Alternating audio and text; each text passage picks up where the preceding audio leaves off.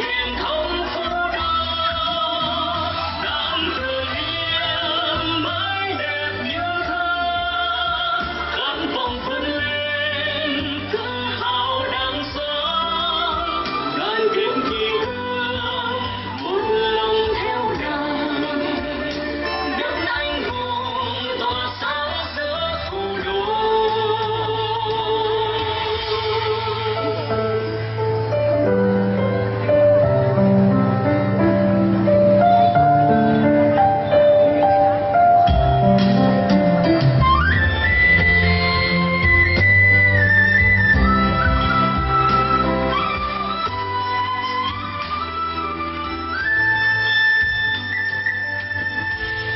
Mai anh về cùng em, đón anh bình minh bên dòng sông Nhuệ. Nam Từ Liêm quê cha đất mẹ, sâu nặng tình người nhân nghĩa thủy chung.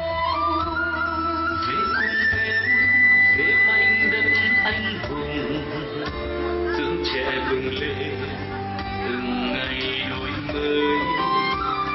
Bao công trình vươn cao vời vợi, đẹp lắm quân mình khi đang lòng dân.